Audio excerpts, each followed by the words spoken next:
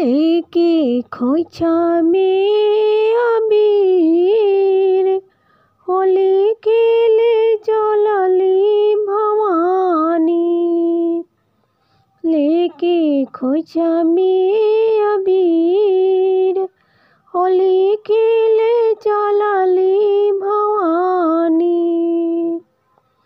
पहिला होली खेले कलकत्ता धमावा, कलकत्ता धमावा हो कलकत्ता धमावा। काली मैया भैली लाल लाल होली खेले चलली भवानी। लेके खोइछा में अबीर होली खेले चलली भवानी। लेके खोइछा में अबीर होली खेले चलली भवानी। दूसरा होली खेले आरा के धमावा, आरा के धमावा आरा के धमावा।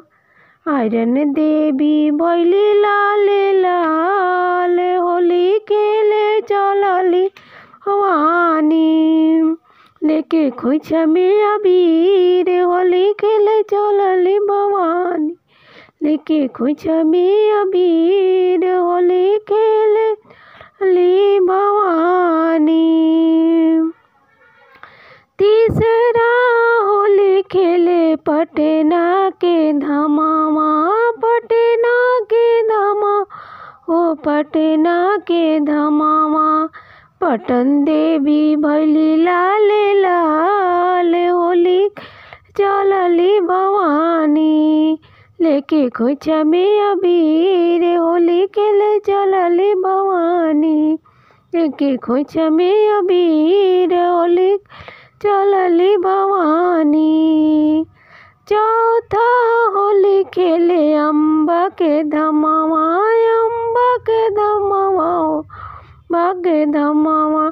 सातो बहिनी भैली लाल लाल होली खेले चलली भवानी। लेके खोइछा में अबीर होली खेले चलली भवानी। लेके खोइछा में अबीर होली खेले चलली भवानी।